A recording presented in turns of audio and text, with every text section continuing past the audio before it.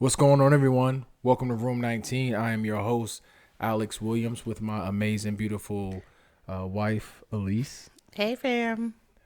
And today is, this month, if you haven't already tuned in to our last episode, we are celebrating Women History Month. We're celebrating all the things that women have done throughout history and the things that they are continuing to do as we move forward into the future. So today, or yet last week, we talked about the people that were important to us, right? Yes. The people, the women that made us, and so we talked about our mothers, our grandmothers, our aunties, cousins, and our sisters. So I'm excited today because we get to talk about somebody that is very, very important to me, very near and dear to my heart. Today we're gonna highlight my beautiful, amazing, intelligent wife today. So um, it's interesting and it's funny because she doesn't like talking about herself. No, not at all. She is not the type of person that likes to bring attention to herself. And it's interesting in today's age where social media and all these other platforms are designed for us to be seen, right? Mm-hmm. And I think it's crazy that we want to be seen. We want people to see us, but we don't want people to know us. Yeah. I want you to see me, but I want you to see what I do, see where I am, but I don't want you to know me because I think knowing someone or really knowing someone, not just what they show you, but really knowing someone, you get to see or get to know their flaws, their insecurities, their ups, their downs. You get to know their biases, their unconscious biases. You get to Mm-hmm. know them in a way that can, I guess, bring some type of judgment or acceptance, or that's where you decide whether you can rock with that person or you don't rock with that person. So when you are opening that door for people to really get to know you, you open your door to being vulnerable, Yes. to vulnerability. And so And I hate surprises right. and like I am the worst. When I was a kid, I used to open up my Christmas presents underneath the tree Mhm. and then wrap it back. I became good at wrapping. I don't like being surprised. And I don't Right. even know what you're gonna ask me Right. either. And this is the beauty of this. So, I told Elise that, hey, this is what we're gonna do. We're gonna talk about you because if I don't bring it up, she would be cool with talking about everybody else. So I said, no, before we get through this month, I want to tell, well, I want her to tell her story. And I think it's an amazing story. But one of the things that I said was I'm not telling you what we're saying, like what it is. So this is everything that I'm about to say is brand new. She had no time to prepare, and I told her I wasn't gonna set her up for failure though. Okay, yes. And the only thing I did say behind the camera is that you are in control of your story. So Mm-hmm. I have a set of questions that will help navigate. Yes. But Okay. if you feel that you don't want to talk about it, then you don't have to. But you know, as far as what you feel, and we gonna be real Yeah. and transparent. So if Absolutely. you feel like you want to go that direction, and you know what that direction is, if you want to open that door to Room 19 or to our Room 19 listeners, then you absolutely can. Okay. I am prepared to account and speak on behalf of whatever I've done. Okay. So I'm just letting you know, you Okay. have you this is your month. And this is no it's especially your month because your birthday is coming up. It So is. this is your month, what you want, but I want to help facilitate with some questions, Okay. and then you take it from there. So Room 19, our first interviewer, or the first person that we get to interview, is my amazing wife. And so I took this seriously. Like I want to do my due diligence to set this up and give some good Yes, he said dialogue. he was a journalist, so he So wanted to make sure he did background on his subject um, and that he did his due diligence to ask the right. hard questions, but then also have follow up questions Oh if yeah. I pivot. Listen, I'm ready for this. I've watched enough podcasts to know how to do this and watched enough interviews. And shout out to all my people who are doing podcasts that are not just doing podcasts, but just moving and grooving in Yes. 2022. Like there's like an emergence of just so many people that are just moving to a new beat of their drum, and they want more. They're attacking it. They don't care what anybody thinks. They don't care about none of that. They just going to get it, and I support it. I love it. I love the conversation, because one of the things that this week that I watched was something on YouTube called the dangers of the single story, or the singular story. And it was this woman, it was a TED talk, and she was from Nigeria. And I'm not to give it away, but it tells how when we're focused on just the one part of the story and not understanding that there can be multiple things that can contribute to that singular story, it puts people in a position where you judge people, or you see people based off of that one story, and not looking at them for more than what they can be. So it's interesting that you get to tell your story the way you want to tell your story. Yeah. And then you all that's watching get to see, and I truly believe that there's somebody that needs to hear this. There's a young mother, a young woman, somebody that's going through something that just needs to hear that they're not alone in this process. And so we're gonna get right into it, and I'm gonna stop talking. All right. So first question. All right, okay. You ready? Yeah. Don't look down at my paper either. I'm not. I'm trying not to look. All right. Okay. To know you, people will have to know first where you came from. Okay. What does these names mean to you? When I say these names, I want you to give me your first thing that comes to mind. Okay. Let me say the names, all the names first, though. Willis, Blue, Thompson, Barrett, McCoy. What does those names mean to you? Legacy. That is my family on both sides. Married in and maiden names of my grandparents. So that's what I carry on my back. And then I just tacked on the Williams side of it, because that's what I'm married into. But just family, all my family, again, like I said, from both sides. What's interesting is that my parents have been together. Well, they went to high school together. So both sides of the family have been together for years, because they all went to the same high school. They all grew up in the same block area. What high school? Hill House High School. And so they all went there. My mom, her brothers, all of them, they all went to Hill House. My dad's side, family, all of them went to Hill House, and then they spread out from there. But just family, legacy, my name. And one of the things that, we had a conversation yesterday with a group of men, and we're talking about what was something that drew you to the person, or to your life partner, or somebody that you have been with, your wife, your significant other, or whatnot. And one of the things that drew me to you was your love for your family. Like you go hard for your parents. You go hard for your brother and sister, and sisters, actually, yeah. And just in general, that's always been big to you. We talked about your grandmothers, and how big of an influence they were in your life, and really how they shaped kind of how you see and how you move, even today.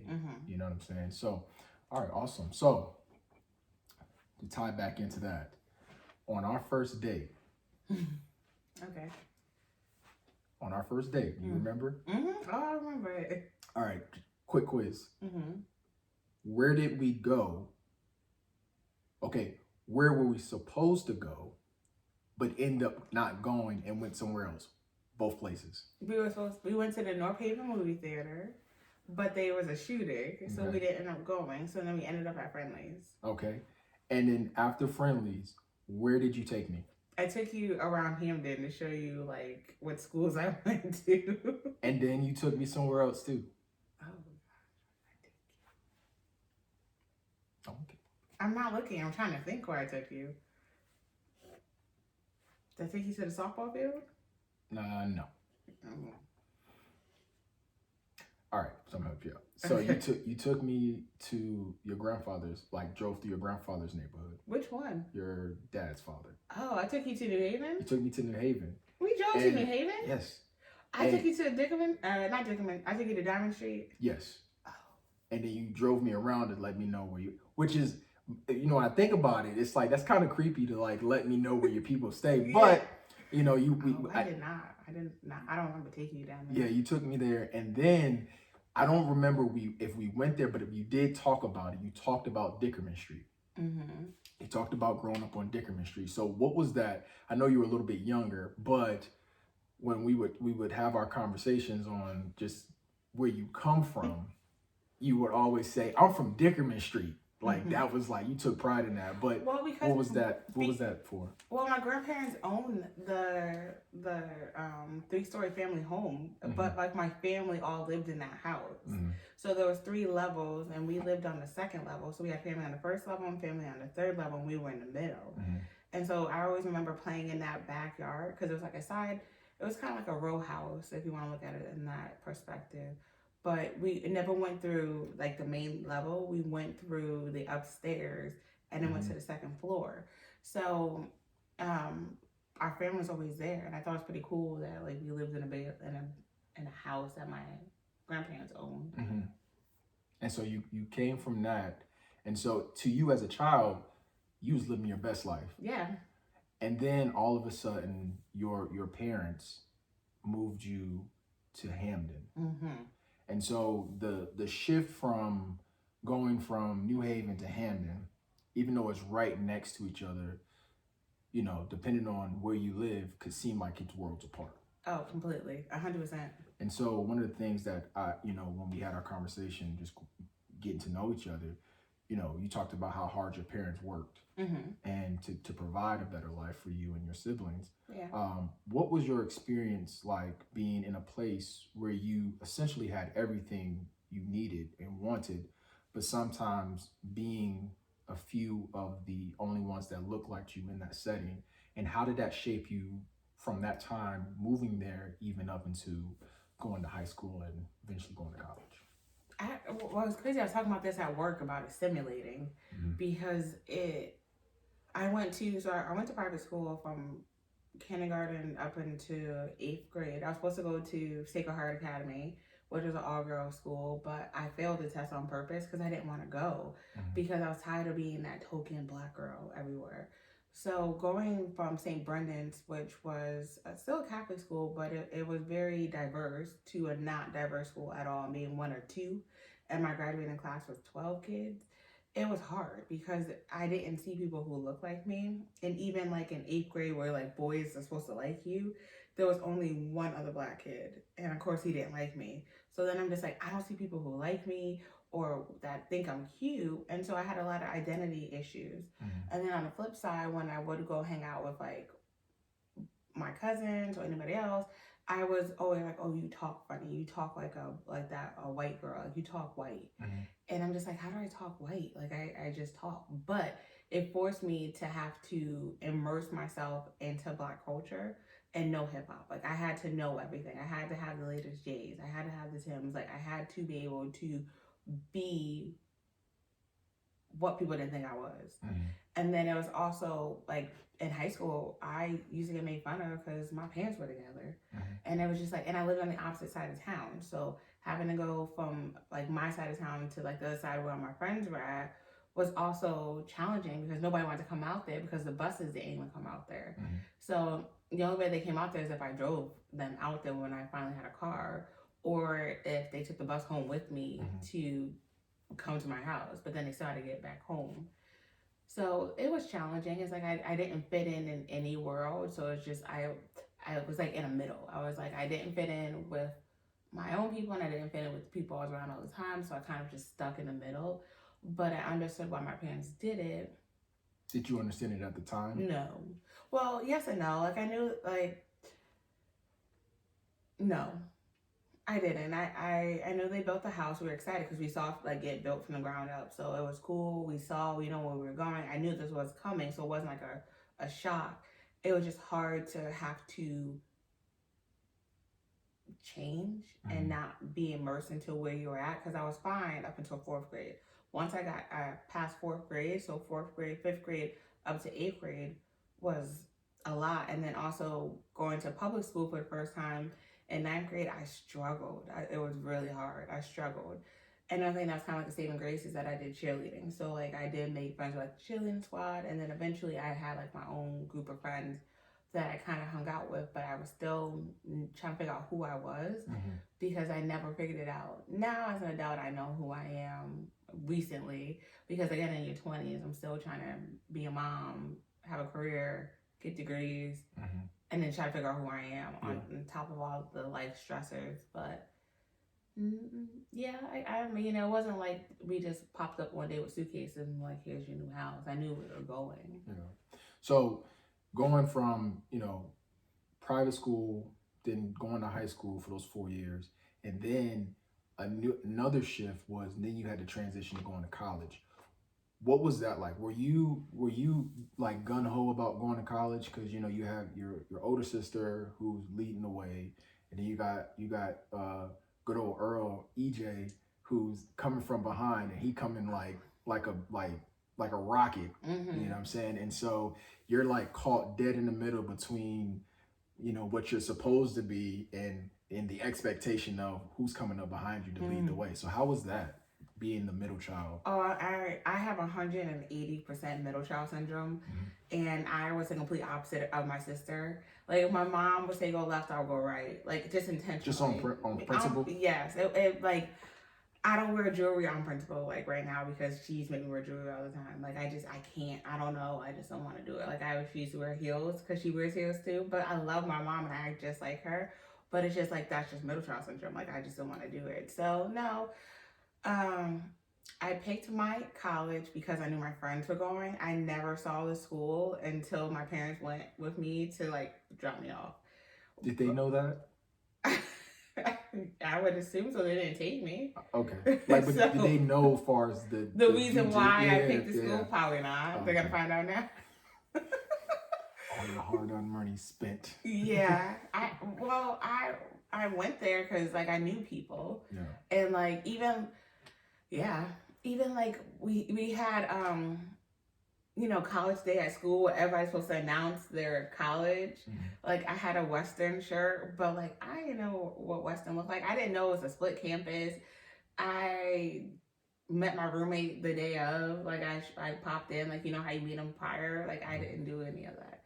I kind of just showed up and I was there. So going to Western Connecticut State, was that the start of you figuring out who you were at that time? Were the friends and the people that you met, most of them are still around to this day that you communicate with. How much of Western, how much of that was like, did you go with the intention of I'm going to go to school and knock this out, or were you just like whatever at that point?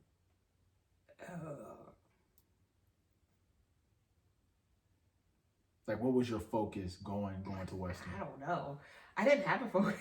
I really didn't have a focus. The counselor I never saw, and he was adamant about me being like an elementary school teacher because I had my experience. I've been working with kids since I was 13. But like I didn't want to be a teacher. To this day, I still don't want to be a teacher. It's just not in me.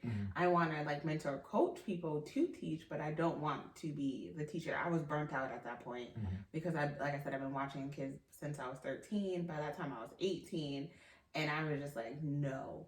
So like, but I still got enrolled into like I was in that elementary school track, and I just was not killing the game like at all.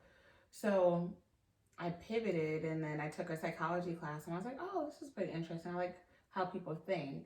But I really should have did sociology, which is what I ended up doing, and just double majoring in psych and social. But no, I didn't have a purpose. I went to class, I went to school, but I did work. So I wanted that college experience. I just kind of wanted to get from underneath my parents, just like a typical 18-year-old, and just kind of figure out what I wanted to do. But did Western shape me? Western helped me get my life together. It wasn't like it was not together, but it did help me make some decisions that I needed to make that I couldn't make in that town that I was in. And then going there with my friends, it helped, but it didn't. But it did help. It did help to like make my circle smaller, to kind of realize these are the type of people I want to hang out with. And yeah, to this day, I still do talk to the same people I was with at Western. Okay. So awesome. So um, then all of a sudden, as your time at Western was going on, you come across this young fellow by the name of Alex Williams. And so Alex pops into your life and just disrupts everything that you have going on. What in the world were you doing with this dude from Winston-Salem, North Carolina, by way of Manchester, Connecticut, by way of Bangor, Maine, and what was going on with that? Who told you that was okay? Who gave you the green light? Did you see any red flags? Was there people like, stop, don't do that? Like what? You because you had came from a relationship, you were in a relationship, and then all of a sudden this dude comes and just disrupts your whole life. What was that? What was going on? What happened? Inquiring minds want to know. Who is this man named Alexander Williams who spells his name with a Z, right? His parents don't know how to spell his name. Oh, wow. Were you expecting something like that? Like it just No. You know how like oh my God, Carrie Sometimes Love, what is that song? It just knocks you in the face. I don't know. Yes, you do. Don't make me sing it. With Kanye West and Neo. Oh, Love Knocks You Down. Yeah. That's kind of what ended up happening. I definitely was in a situation that I needed to get out of. It was 180% toxic. And it came to a point where it was just like, okay, either something has to give, because I like I said previously, I was just trying to force something that just was not meant to be. And I was in between situations, and then I heard you were coming from Maine to play quarterback, and everybody kept talking about you. And then again, they're like, oh, Swag's coming. And I was like, oh, okay. And still didn't know what you look like until I saw you. And I was like, oh, he's cute, but never thought it would be a thing, because you had a situation that you had going on too as well, which I was briefed on. But I was briefed on it, like back briefed. Yeah, well, now it's considered a brief. Like I got a bluff, who, what, when, and why. Up front. Yeah, but basically a bluff of his life, and I was like, all right, well, that's a no go. So I just carried on, and then again, it just situations just put us together, and it just happened. But it wasn't intentional, because I had no intentions of it being anything. But like you said on our first or second date, I'm gonna marry you in 5 years. And I remember going back and telling my friends, I was like, oh, this dude crazy. He's talking about he gonna marry me in 5 years. He don't even know me. And then I knew 5 years turned in less than a year. But I don't know. To be honest, I thought you were gonna go to the league. So but again, D3 school, I don't know. I just heard you play quarterback in high school, you quarterback in college. Like, I'm like, all right, well, I want to be a football wife anyway. Like, you was ready to settle in. I was ready. I don't cook. So I'm like, all right, well, he about to go to the league. But then you never played. I didn't play a lick of football at Western Connecticut State. I don't even think I was on probation for the whole time, and then I end up just saying, yeah. And then you're like, oh, I'm going to join the military. And I was like, oh, okay, I guess you can join the military. But you hooked me, which shout out to you, whoever your recruiter was, because you said like, oh, they could pay you to go to school. And I was like, oh, that's dope. Like, if we get married, I get to go to college for free. I don't have to worry about debt, because at that point, my parents didn't want me to stay on campus. Yeah. So like I had to fight with them to be like, I don't want to stay on campus. They wanted me to commute, and 45 minutes now is literally nothing. I could have just commuted. Right. But I didn't marry you for the benefits. I know this is going left. No, it's right where it needs to be. It's going so left. It's right where it needs to be.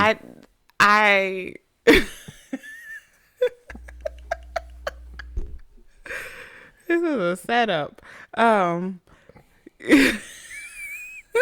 Just let it out. You gotta express yourself. No, that so but you were also going to DC. Well, no, you were at basic, Yeah. and then you were telling me that you were because you can only communicate through letters. Yeah. So that you were trying to get closer because we didn't know where you were gonna get stationed at. Because at Yeah. that point we still wasn't doing anything. We weren't married. We were engaged, if you want to call it that. Right. But you're still trying to figure out your life. But then you find out the recruiter came to basic training about the honor guard, and you're like, oh, I'm gonna try to do this. And then you got in, and you're like, oh, I'm gonna go to DC.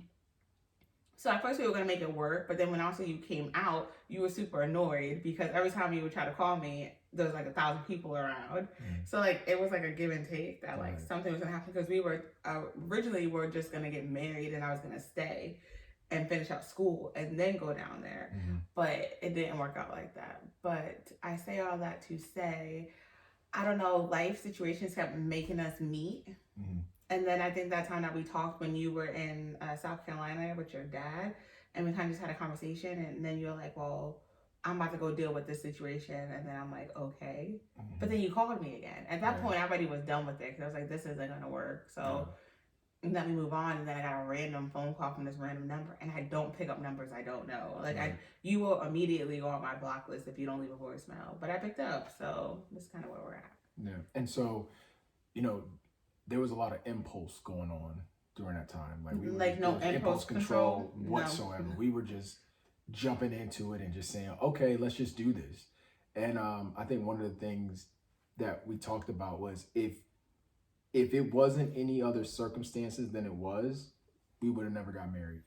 Yeah, no, because we at that time we wouldn't have a reason to. Because if you weren't going off into the military and you were just staying in Connecticut, why would we get married? Yeah, it was. We would just date. But it was then, weird. Yeah, but why would I go with you? Like even when I went down there with you, it was kind of like, ugh, I don't know why I'm down there. Yeah, no, and that's the part where, you know, seeing us go, like looking back at that moment, you know, not knowing how it was going to set us up for where we are now, it was like the perfect storm. Yeah. But when we got married and we, you know, trying to figure this thing out, just making every wrong decision left and right, what was your experience going from a household where your parents pretty much gave you everything you wanted?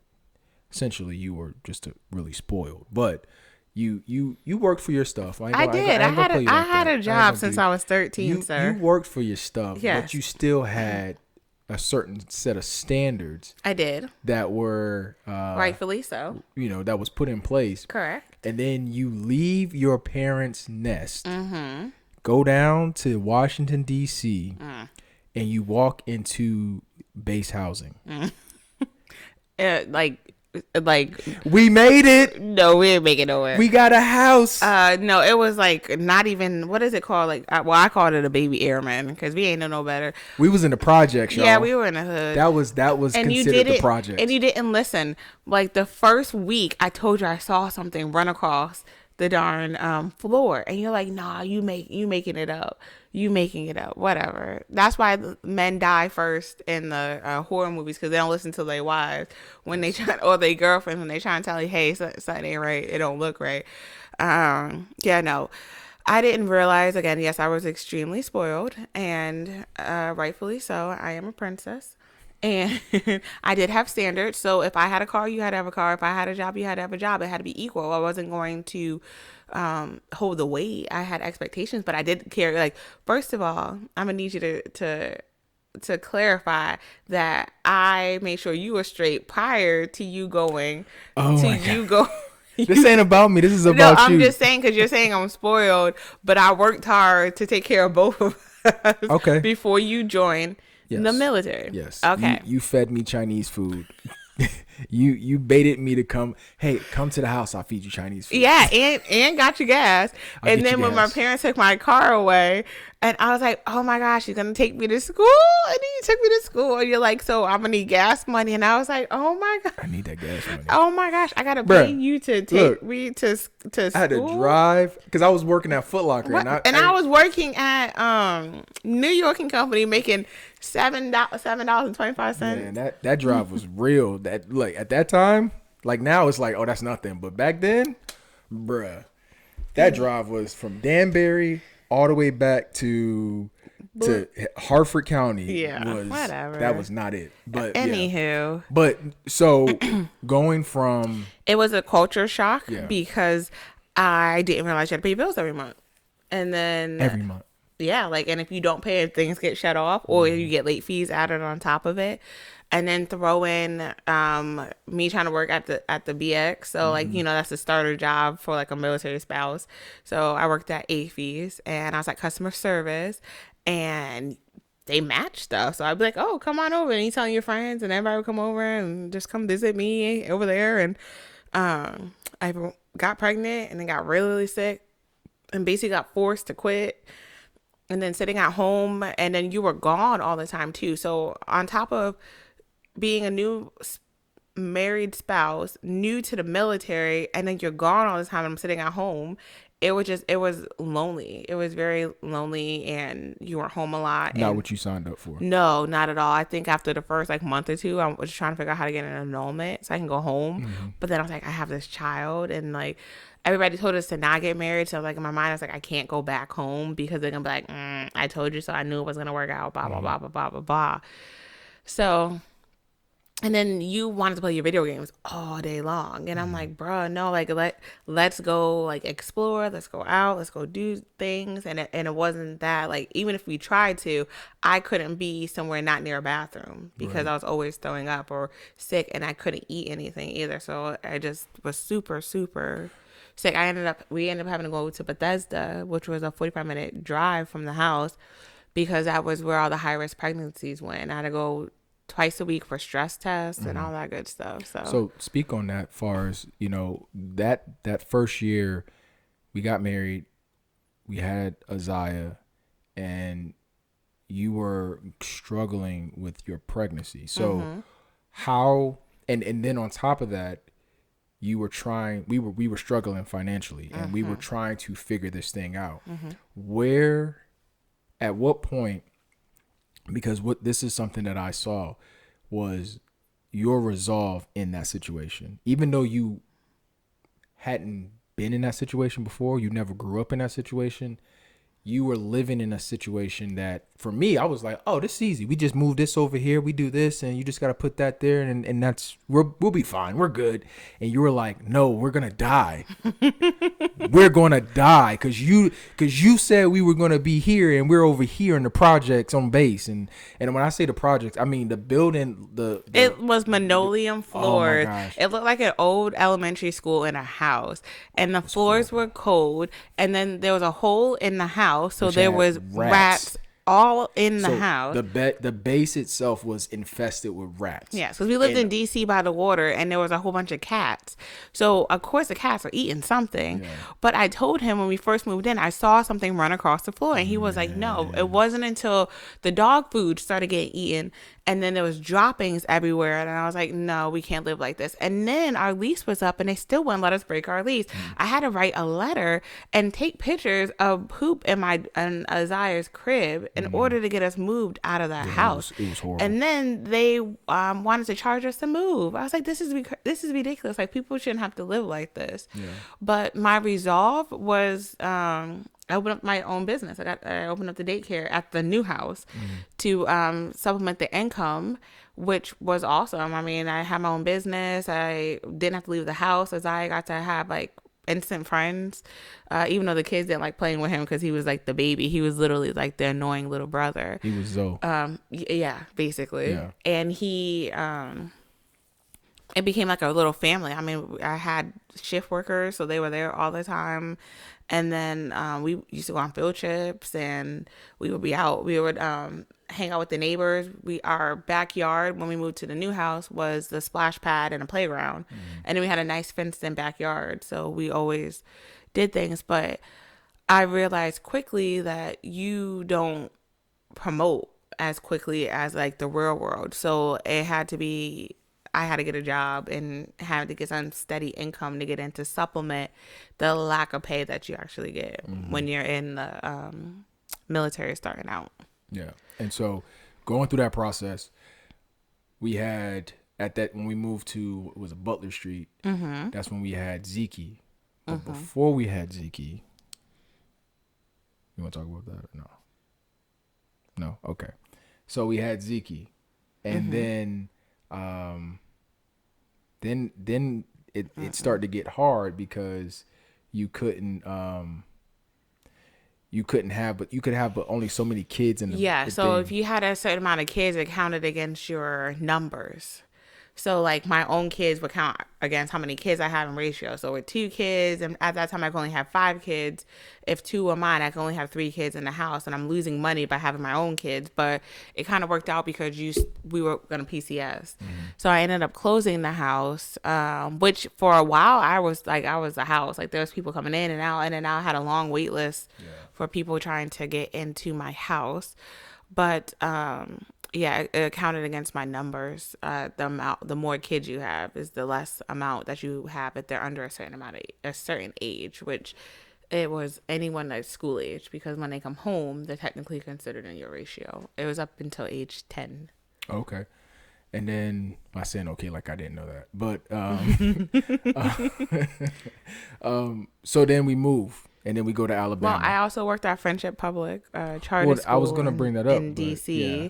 So I worked there too. And then we had subsidized childcare because I didn't want to put them on base. And then you came in your uniform, and I think I told you to come in on your uniform too. I was like, let them know you're in the military. And then that's when they're like, oh no, he make too much. We make too much money. I was like, there's no way. But I got 2 stripes. I don't make nothing. No money. And then we ended up getting kicked out of there. But I submitted all of our paperwork, so I don't understand how. But they were annoyed because I wouldn't put an undershirt on. on him, and he was in a ratchet daycare too. And then when it snowed, that one day it was snow, and he was the last one because I was coming from the other side of DC and you were stuck in Arlington. They were hot, so I think they were just looking for a reason to get rid of us. But I was really funny about who could watch him anyway, right? And I didn't want to put him in childcare on base because they did it based on your income, and because at that point we were paying back a lot of things, so we had to take out loans over here, loans over there. You owed people, so we had to pay down all this stuff that if they took both of our income, we wouldn't be able to pay our bill. We would have been stuck. Chuck. So you talked about friendship, and I was going to go into your work progression, because a lot of times in our conversations about the people that you work with and them having to start at that place where it's not comfortable. Yeah. And even for myself, being at the time not getting paid that much, but still doing a lot of work. What was that work progression like? Because it definitely shifted your mindset from being the person that it had these high standards to you had to like literally start from scratch and shaping your career. So what was that work progression like? From the BX to friendship to your owning your daycare, and then once we had to move to Alabama, what was that like? What was the shift? Because there was a shift at that point. What was that shift like? Oh yeah, so in Connecticut I had a steady job. Like I was just talking to my sister about this, that I worked for the town, and technically you were supposed to apply every year. I just applied once and never again. Like I just showed up like, hey, when's orientation, and I popped up. So having a consistent job and knowing how to maneuver through things, having to start over in a different environment was hard. So working at the BX, I lucked out and got a job there. I didn't even know anything about spousal preference. Like I could have got a job anywhere with the spousal preference, but I also only had a high school diploma and some college. So going from there to being a contractor and having my own daycare, and then before that working for friendship and then having my own daycare was cool.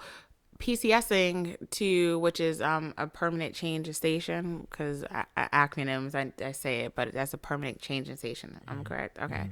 So PCSing to Alabama, I didn't know I could have collected unemployment until I found a new job, which I know that now. So going down there, we tried to apply for the first time ever, because we did WIC when we had Isaiah, which everybody on base like, oh, WIC is nothing. And then we sucked at WIC because we always got the wrong stuff. And they loved embarrassing us and be like, this isn't the right milk. Hold on, let me get Janice. Janice, can you go get the right milk? This isn't the right milk. Yes. Oh my gosh. We never got the right milk. We never got the right apple juice. We got the wrong fruit. But all we wanted it was for the cans, because he ripped the skin, so I couldn't breastfeed. Right. So formula was so expensive. So we got WIC.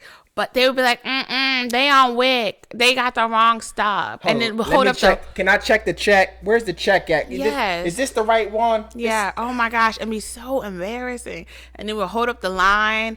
And I'm just like, now they have a card to do WIC, but we had these little paper checks and you had to go get it. And then I had to get my iron checked all the time. It was just so embarrassing. So I was like, let me try to apply for food stamps, because like we don't have any money. And then we got a house, and again, Alex was supposed to get promoted, but he didn't. But we got a house based on what we thought he was gonna get promoted on, and not what he actually was for his BAH, was his base house allowance. So we were overpaying for our house. And so I'll never forget, we applied for the food stamps, and the lady called and denied us of the food stamps and basically said, in order to qualify, I would need to have another child. So I said, I can't afford to feed the two that I had, but you're telling me, or no, I think I was pregnant with Xavier at that time. No, not yet.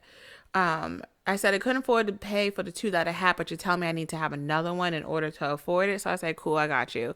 So I got a job off of Craigslist working at a hotel, which should have been a whole red flag. But I got a job off of Craigslist. They called me. And I went for an interview, and I got picked up, filled out the paperwork, and started working. So the hotel used to be a Marriott, and then Hometown Suites bought it. So the hotel went from being like $150 a night to like $49.99. So, and it was an extended stay. So I was at the front desk. Oh my gosh. I can probably pod for 3 weeks to tell you all the crazy stuff I saw at the hotel.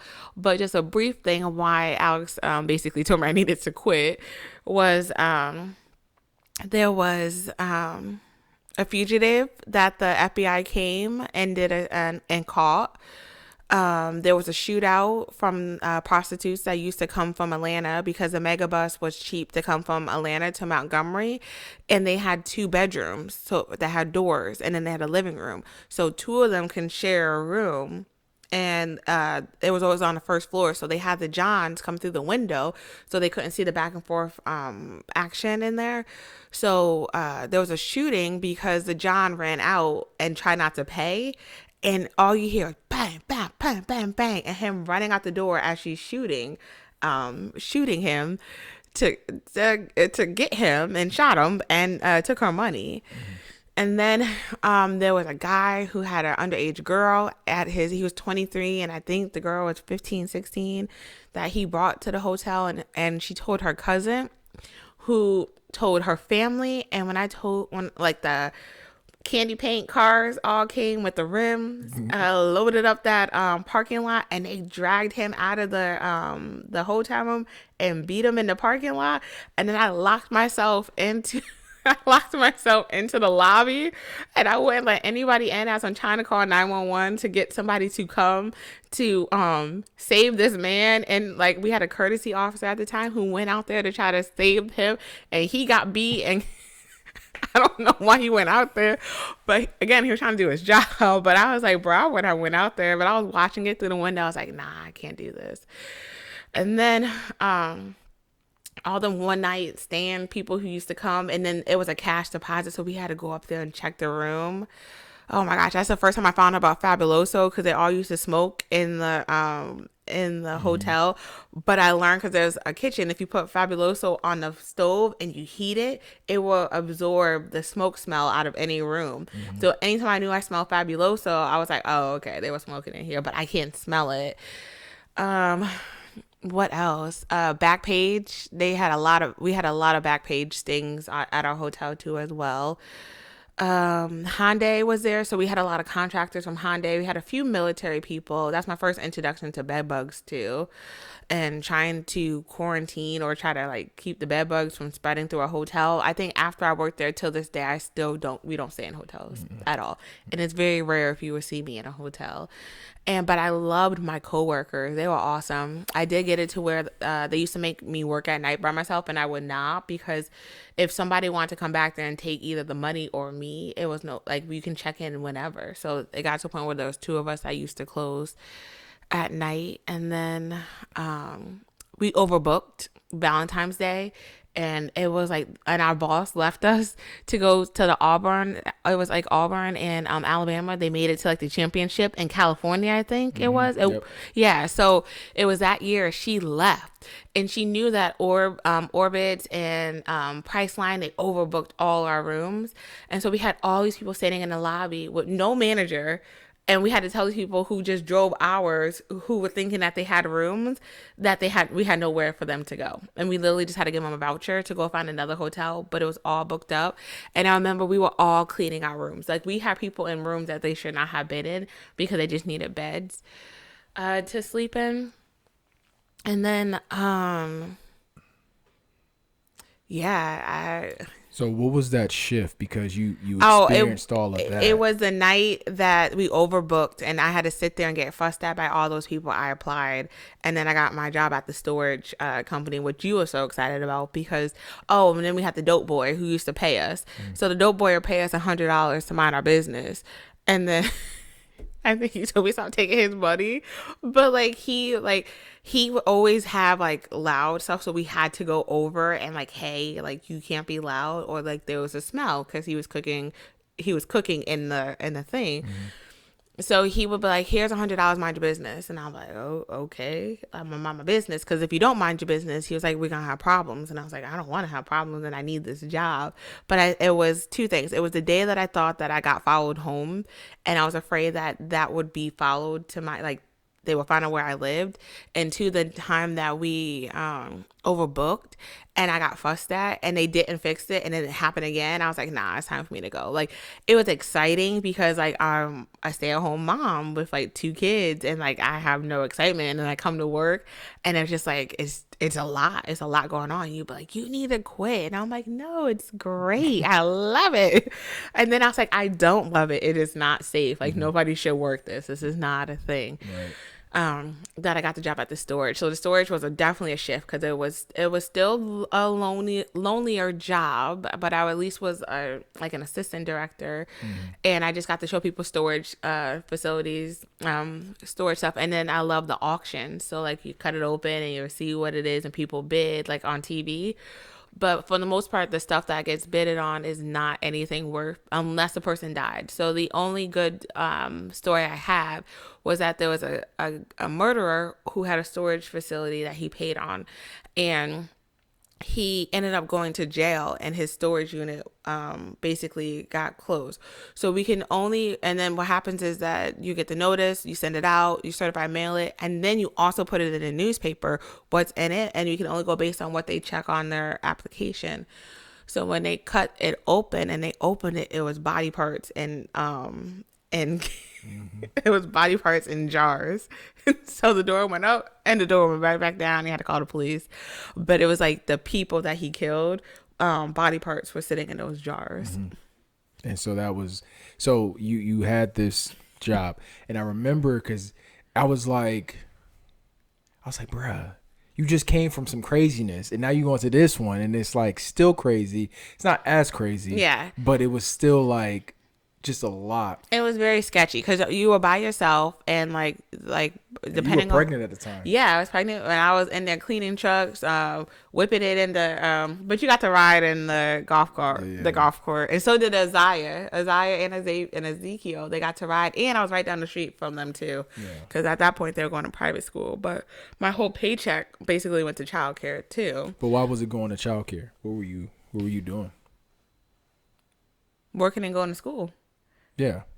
So that's what I'm saying. So the shift. Oh yeah, no, I went back to school because again, it was like your thirdish time that you did not make it. So at that point, I was going to school. But the sucky part was that we only had one car, so we would wake up in the morning, early in the morning. I would go drop you off at work, drop the boys off, then go to work, and then my lunch break consisted of me going across town to go pick you up, just for you to bring me back, to drop me off, just to come and get all the boys, pick me up again, and then drop me off at school, and then you guys would hang out for my class, and then we'll go home and do it all over And we again. did that for 2 semesters. Yes. And what was crazy was Ezekiel and Isaiah, they weren't at the same school. No, you had to go to 2 separate schools because as I went to a private school, and then but I loved their in-home daycare, but she couldn't hold their spots because I just couldn't afford to pay while I was on maternity leave for Xavier. So then we had to find a different school, and I hated it, and it kind of worked out that you end up getting deployed because Xavier would not eat, and he just cried all day long. So by the time he got home, he was just miserable. But Ezekiel loved it. He still remembers it. And then Isaiah loved his school too. Like we still have everything from there. But yeah, they were at 2 different schools. And then I worked somewhere else too. So it was like a ring around Montgomery at that point to kind of get the kids. And then eventually we did end up moving on base, but we moved to the other one, still not the main one. So then we moved on base and had to deal with more nonsense over there. But it was a lot. Yeah. So we would go to school. I remember throwing up at my final because I was just so pregnant that the teacher just like passed me with the class because I just couldn't sit. But like I had to finish school because it was getting to a point where I have exhausted everything and I know I want to get more. And at that point, I was only making $9.25, killing myself and working weekends. So when you were home, you had to stay home with the kids as I was at work. And then I had days off during the week, which is when I tried to go to school, but those classes didn't fall on it was just a mess. So then fast forward to you deploying, it kind of worked out. And then we were also beefing. So it kind of worked out to the point where like, I just need a clean break from Alabama and I just need to focus on going to school. So then went home and just grinded for basically a year while you were gone. And then came down to DC and basically started my climb up that ladder. And so, one of the things that April 2015 is marked as the crossroads. Yeah. Because you were at a point where you said, hey, I'm done. And I was at a point where I was like, I'm done too. and so you left Alabama, went to Connecticut. I went across the water to do my time. That was required to do. And what happened in that process? Because you had to grind. You had no choice, regardless of us getting back together or not getting back together. But we never split. We just kind of... We had no... We split it. Yeah, we split, but we weren't like... We were separated. Yeah. It was a clean separation. You think so? I think okay, so. we can name it that. Okay. Because we can't separate... Like, we always pride ourselves on saying that we never have like broken up and got back together. Would that be considered a breakup? Or we just separated? We just literally physically separated. Due to the military. Due to my obligations to the military, serve my country. Yes. And then because I knew that your intentions of going back was not because I'm just going back because I need help and I need to go to school and no, it's not, dude. You want to get away from me. You don't want to be with me no more. You try to take my kids away. You try to take my kids away from me. That's what you said. You're taking my kids, but why take my kids why would away? I stay in Alabama with 3 kids under 4? Just wait for me. Just be there and just no. I got this. No. And I was not saying it. You were so adamant, like you were so against it. Because I knew what that meant. And I was like, I'm not staying here. I'm not staying in Alabama. I'm not staying here with all my kids to struggle. I had no support. I could go home. Like I was. You can't leave me. You're leaving me. I left you. So we did that trip. We flew up. Oh my gosh, that trip was. We went from Alabama to Connecticut in a day, and we did it in 18 hours with a truck and a dog. But we at least brought 2 up, drove the car up, flew back down, had a rental car for like weeks as we drove around and until we got situated to pack the truck up and then drove up. Oh my goodness. But we did it and then ended up flying back down again to at least say goodbye, but making sure all the stuff got up and packed up the storage. So then we ended up having 2 storages and then we lost one from water damage. Everything got destroyed in there. But luckily we put stuff in the other storage and then we tried to sue. And did we get... And then realize that they have a clause in the storage contract that if something gets damaged, they're not liable. And I worked for them too. So. And they were like, they weren't allowed to talk to me anymore. And I was just like, oh my gosh, you guys ruined my stuff from a leak in your roof. But eventually that leak got fixed. But they, so we packed up everything and left and went up there. And my intentions was to go to school, figure it out, and find a place to live. Because I had no intentions of going back down to Alabama or going back to anywhere. But within that time, it actually made us go closer together because we had to figure out things and communicate basically everything. We fought about his eye going to school. We didn't want him to start early, but I did. And then Ezekiel went to Jewish daycare where he was one of 2 boys out of the whole entire thing. But it was awesome because he hatched chickens. And he had like the go-kart thing where my parents went. Like my parents were like super involved. And then that's when we realized he needed glasses because he was driving and he was hitting everything. And then Xavier got to stay home with my mom. And then I was able to, I didn't have to work, which was awesome. But I did go to school full time, knocked out my degree, my bachelor's. And then you ended up getting orders downrange to go to Maryland. So it kind of worked out that I was able to go back, and then we settled on living in Virginia. And then again, the rest is history. So where you are now is definitely a byproduct of everything that you've gone through from the, the history of your parents, grandparents, the schools you went to, the relationships that you built, you finding yourself in the process, having kids, starting from the bottom. Oh, and I also have to shout out your mom because she also came down to Alabama and helped me get enrolled at Alabama State University because I didn't want to do it. And she sure did. She went down there and was like, nah, we're going to get this done. They give me the runaround. So I think you kept the kids. She went with me on campus to help me get registered for school because I was like, I just don't know what I'm doing. I was not going to do it. She was like, no, you're going to school. So shout out to your mom for getting me enrolled. But that was my HBCU experience that I went to. You didn't say what school you went to. I did. I said Alabama State University. Okay. I went there for almost 2 years to knock out my degree. So does that make you like, do you claim the HBCU? Like, do you claim it? I do because it helped me get to where I needed to go. I know I did not graduate from there, but it's the same thing. We didn't graduate from Western, but we did take our kids there and we took pictures there and they were like, it's so cold outside. I was like, this is memories. I've never been to the college campus. I was like, I'm so adamant that we're going to take our kids to a college campus so they can see it. Oh my gosh. They didn't care. They did not. They were like, can we go now? Are we going to get something to eat? Yes. It's cold outside. I was like, man, this is a moment. We met right there. And you're like, okay, I don't care. And I was like, all right, whatever. Dude. But your mom did come down and get me registered to Alabama State. Right. And then, sorry, I just wanted to make sure. No, that's fine. I put that this is shout your out. world. I'm just a squirrel trying to find my way. Anywho. So, you, I was saying about the byproduct of all the things that you've gone through, everything that you've experienced up until this point.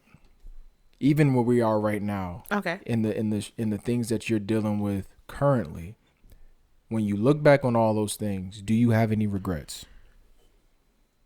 You know how people say, I don't regret, but sometimes I look back and be like, things I might want to. I wish I would have spoke up more, because I have a tendency to not say no to you, and you have a tendency to be very impulsive. So, and you've gotten a lot better, but you know what I'm talking about. You literally went to errands and bought a TV. No, you got to give the context to that. So we were in Alabama, and at the time, you know, still not. I don't think I promoted yet. I think No, I was still a no. senior airman. No. So this was like my third time trying to make staff, and so no, second time because I made it. I made it the second time. No, I made No, it you the made it third third time. time. So I'm like, man, Aaron's got a deal. He could pay $15 a month for a 72-inch TV. Yeah. Man, what? I'm going to get it. It just made sense. And then I show up, and then Elysse is like, what are you doing? And I'm like, You were chilling on the couch with the TV plugged in, and I was like, where did this come from? lit. And then she's I like, read the fine print. I said, Alex, you know you don't pay this off in 6 months. It's like 29.99%. I was like, no, it's going back. And then we thought about it. And then I called those people. I said, come get this TV. Come get this TV.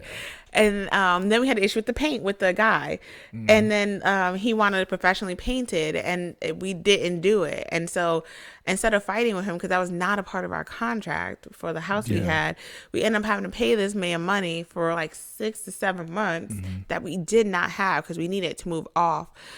Granted, did we paint that room? Yes, but were we told that it had to be professionally painted back? No, we weren't. We were young. But I think if I would have spoke up more, and I think we would have not have less heartburn. Because again, the thing that set us back was the car.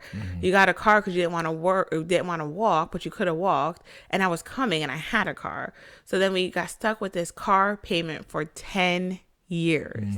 10 years for like a car on top of a car on top of a car. So we finally paid off.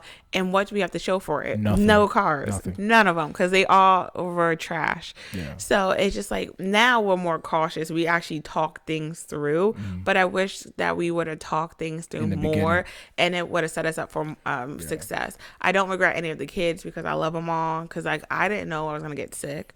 So I'm excited to see on the back end, like I said, in our 40s, we're going to have like grown kids and we can enjoy our life versus starting a little bit later. Right. But then we still now have this random 15-month-old. 16. 16. Oh, thank you. This 16-month-old that now we got to take with us, because at a point they were out the door two years apart.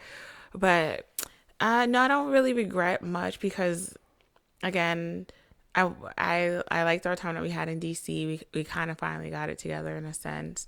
And then Alabama was fun. I met some really nice people in Alabama that I still actually in contact with right now on Facebook, that and they reach out periodically to see how I'm doing. I loved my time at Webster University, and when I worked there, again, I follow the people and we still reach out here and there. And then same thing with, like I said, with Uncle Bob's, the hotel,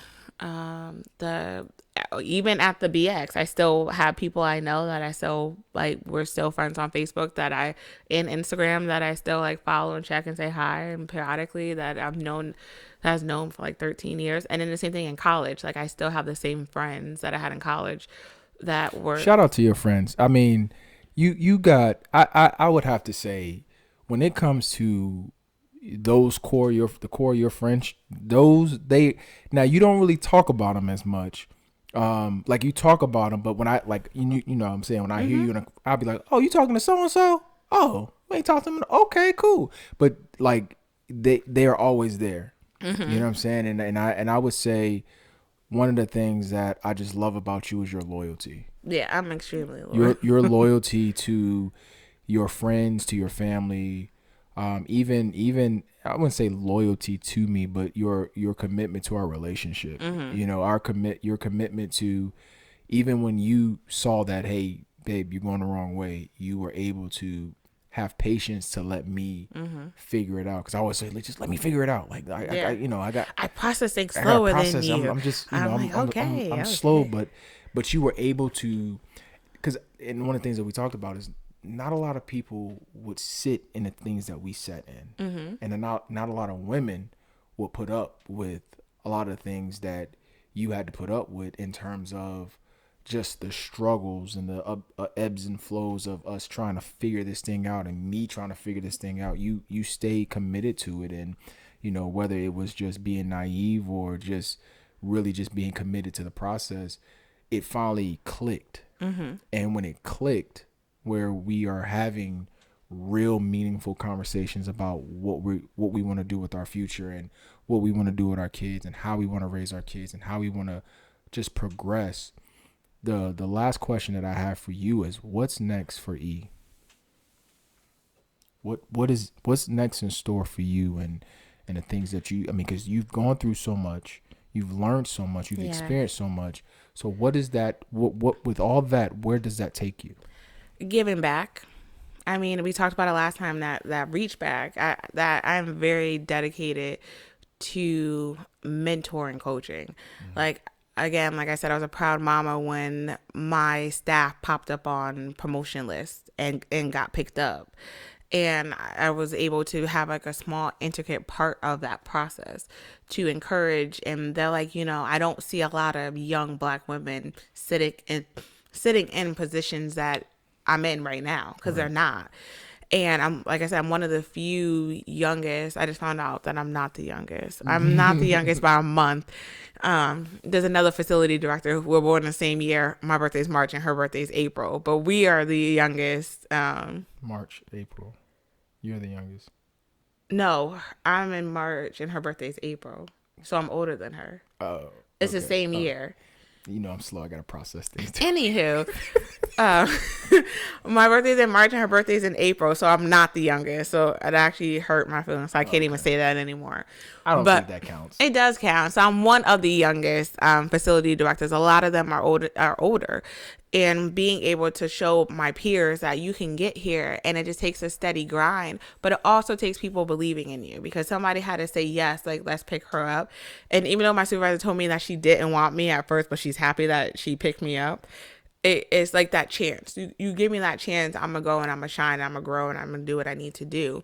But I also like to let people know that there's other options out there that you can do, and I can show you how. I'm not a hoarder of communication. I overly communicate. I make sure everybody knows the same thing, because I'm not afraid that if you know something that you can come take my job. But I used to call myself a job assassin, which I do, that I'm going to have your job in a month. Oh, I'm going to have your job in a year, because I was on a grind to have a chip on my shoulder to be like, I can do this as much as you can, but I needed that piece of paper. Now that I got pieces of papers, let me move along. But I do want to end up getting my doctorate. I did start and stop, but I think I'll wait until the kids get older. Because you need to get your master's too as well. But, just growing our business, helping. I'm excited about Bold for Greatness. We're about to start and pilot in the school that we're going to be at soon. So I'm really excited to get that project started and just raise our kids, take our trips again. Because, we used to go on a trip a year. And now that going back outside, you're gonna be outside again. Outside still with a mask, but with a mask. We're gonna go back outside and take our kids and show them things that we love to do. But what's next for me is just seeing where I grow within my career and the impact I can have on the people I'm able to touch. That's dope. I like that. I think we got a good glimpse of who you are and what you're about, and those questions weren't that bad. No, I told you I wasn't gonna do you dirty. I had some other ones, but I was like, nah. I'll put them in the back burner for later. What was one? I did. I already asked you, but you gave me the no. So I was like, nah. Oh, okay. What was another one? I don't know. We'll have to see. I'm not. Well, let me ask you a question. This ain't about me. It's Women's History Month. Let me ask you a question. Oh God, I wasn't prepared.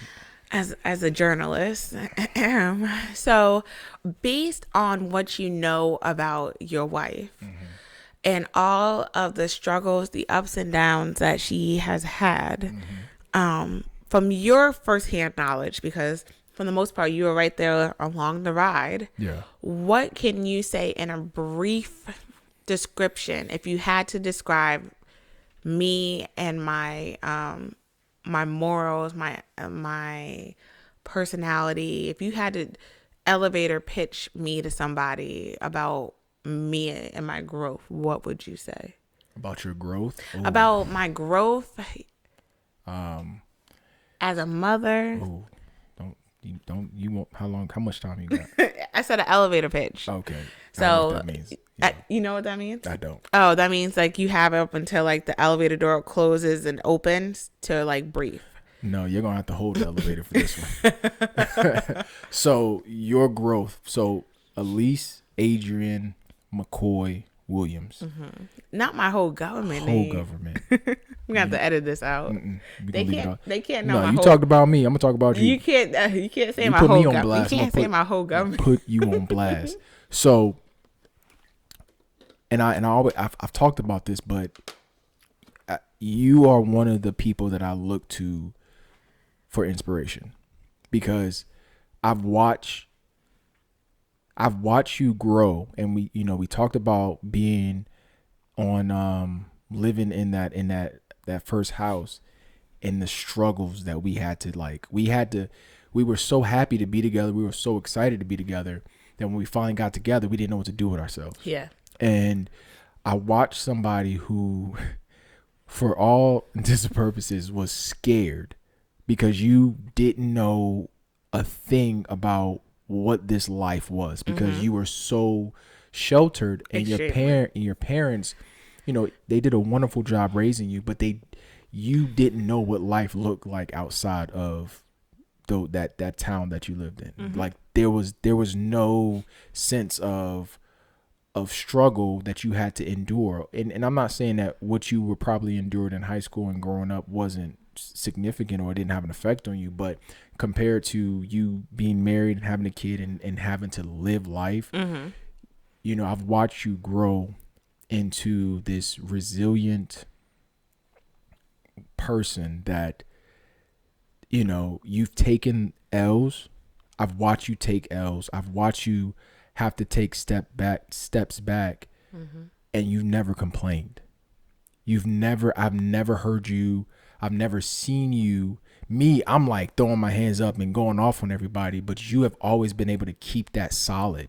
And that's one of the things that when I was going through what I was going through, when I wasn't promoting like I needed to, you were the motivating factor, because you were like, "Dad, bro, I'm over here, upset because I didn't do this." And then my wife is over here on the left side grinding, not making any excuses, not whining about it. And all you wanted to do was to make sure that we didn't lack.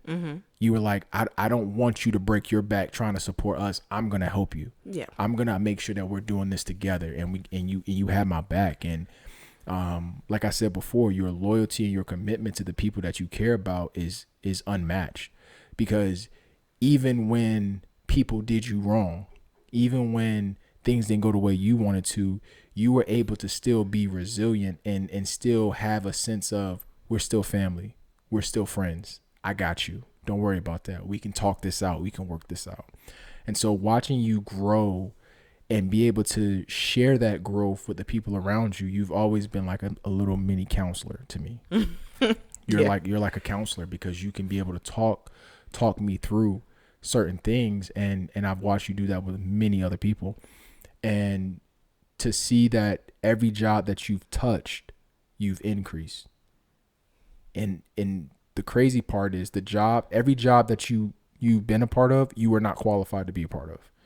Like, you were never qualified. Like, even working at the BX, they were like, I don't know. And then working at Friendship, they were like, I don't know. And then working at the in-home daycare, when you had your own business, the director was like, we need you, but I don't know.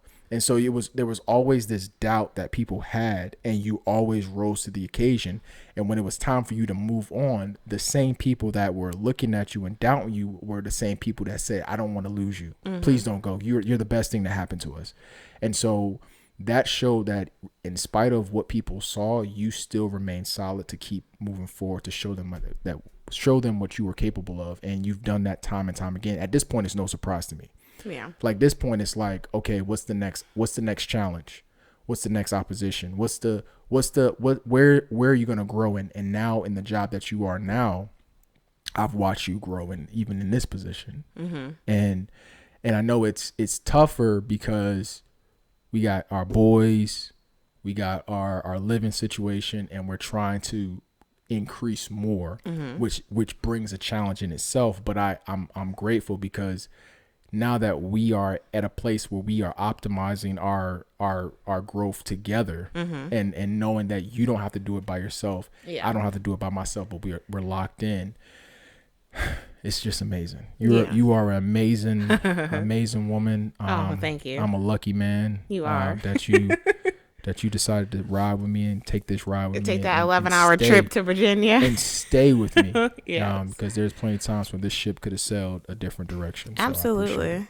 And yeah, thank you for those kind words. I tend to, it's either hit or miss with me with people. It's either they really really like me or they don't. There is no middle. Right. And I had to come to grips with that because I like I said, I need a shirt. I'm just not for everybody, but I am. Yeah. But I'm also a people person, but I'm not. Right. But I also try to do my best to make sure that I am available for people and also here. So, you know, a lot of these life lessons you learn and you take with a grain of salt, and then some of them you have to process for it too. But I appreciate you. Nah, man, this was awesome. This was a good treat. Yeah, that wasn't too bad. I thought it was gonna be worse. I wasn't sure what questions or what you were gonna talk about, and so again, I thank you guys for tuning in to get a glimpse of kind of my life and where I've been. And like I said, I could probably talk for days about working at that hotel. Yeah, you got a little too excited, bro. You was a little too. You was like, oh, and then they came out, and then they was like this, and then they was like, oh, I was like because that hotel was like a TV show. Like, it was never a dull moment. When the U.S. Marshal showed up and was like, we need this office. There's a fugitive that's been on the run for like 2 weeks.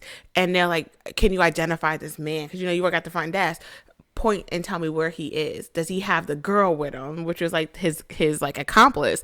And then they were talking about the dog. They had a pit bull, and the dog was significant. You saw the dog? Yes, the dog was significant because the dog they took from somebody. Like, it was somebody's dog, and it was proof that they were there. They had all the stuff that they stole in that hotel room. Like, you can't make this stuff up. And then why are you shaking like that? I gotta chill. And then like the back pages with the prostitutes, and then they walking the Johns out. Like, it was just like, I don't get paid enough for this, but it was never a dull moment. But coming from like a shelter life, I was just like, I love it at work. But until that fight broke out and they had that shooting, I was like, nah, I'm good. I need to go home. I got kids to go home too. So. Well, fam, thanks for tuning in to another episode of Room 19. Please subscribe. Thank you for the people who have subscribed, and watch our videos. If you have comments, we're getting a lot of feedback that we definitely appreciate it. So thank you for everybody who's reaching out and telling us how these episodes have been helping you, and we do appreciate you guys taking the time out to listen to us talk, and we look forward to talking to you guys next week. Peace.